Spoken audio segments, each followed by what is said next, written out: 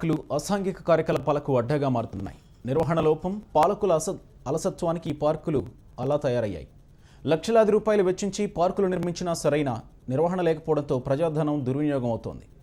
Eluru corporation కార్యాలయానికి ఎదురుగా నిర్మించిన పార్క్ కూడా అసాంఘిక కార్యకలాపాలకు నిలయంగా మారింది. చీకటి పడితే చాలు గంజాయి అమ్మేవారు, మందుబాబులు, హిజ్రాలతో ఆ ప్రాంతం నిండిపోతోంది.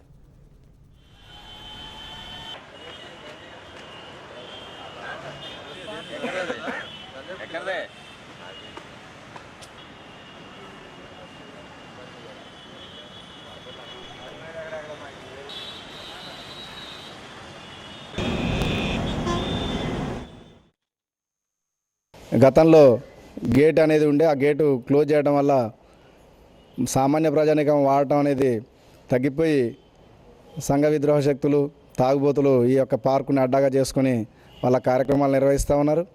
సాయంత్రం పూట ఆ ప్రాంతంలో మహిళలు కానీ, ఒంటరిగా యువత యువకులు కానీ వెళ్ళాలంటే ఇబ్బంది పడుతున్న పరిస్థితి ఉంది.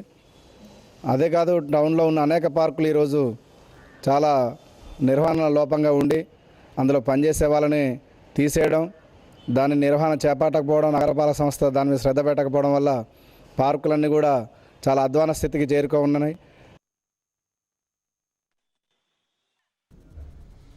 తెలంగాణలో